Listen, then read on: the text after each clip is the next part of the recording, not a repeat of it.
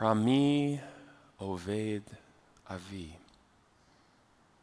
My father was a wandering Aramean. He went down to Egypt with meager numbers and sojourned there, but there he became a great and very populous nation. The Egyptians dealt harshly with us and oppressed us. They imposed heavy labor upon us.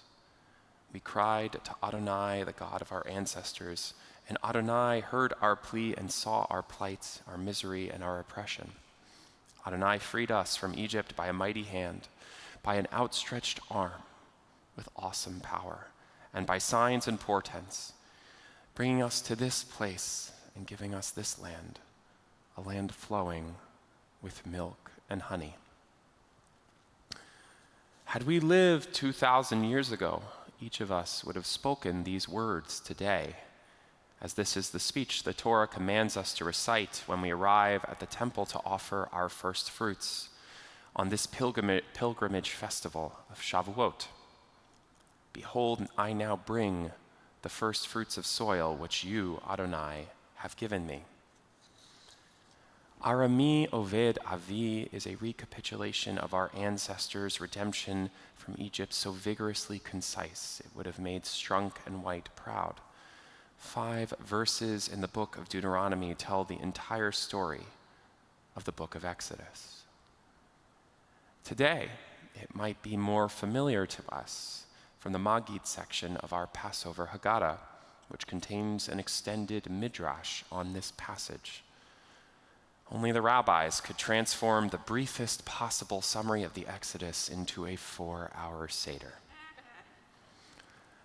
The words of Arami Oved Avi bookend this epic time in our calendar. From Passover to Shavuot, from Zman Chirutenu, the time of our freedom, to Zman the Matan Toratenu, the time of our gift of Torah, from the burst buds of spring to the first fruits of our fields. And though its recitation isn't as central to today's rituals as it was in the time of the temple as we arrive at this moment of Yizkor, I think that Arami Oved Avi has something significant to teach us about mourning and memory. Just take a look at its alliterative opening words, Arami Oved Avi. Sometimes in Hebrew, it's helpful to translate a phrase out of order. So let's start with the last word, Avi. That's simple enough. Means my father. Next, the first word, Arami, which means Aramean. But which one? This probably refers to our patriarch Jacob, who was of Aramean descent. And finally, Oved. Usually, we translate this word as wandering. But Oved is the trickiest word here for a couple of reasons. First, it's tense. Oved is actually the present tense form of this verb. And second, the Hebrew root aleph bet daled can mean to wander, to perish, or to die. Which is to say, one could translate the words of Arami Oved Avi as my father is a dying Aramean. When we lose someone we love, our grief transcends time. Their death is past, present, and future all at once. This is the way that we mourn. Anthropologist Gila Silverman writes that mourning is a process of accommodation.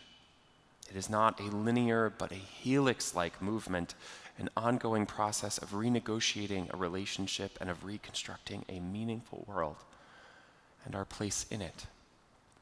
This is a process not of relinquishing an attachment, but of changing our relationship to it. And it is lifelong. Hence, Silverman observes, the wisdom of our Jewish mourning rituals.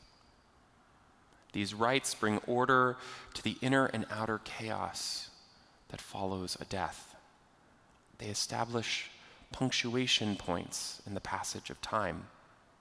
Shiva, Shloshim, Shana, Yartzeit, and Yizkor. A rhythm to the renewal of our relationship with our loved one as days become months and months become years. And here we are gathered again for Yizkor, remembering our beloved wandering Arameans.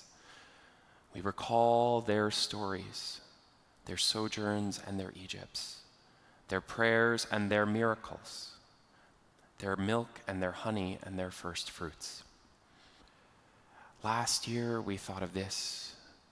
This year we think of that. And next year we'll think of something else.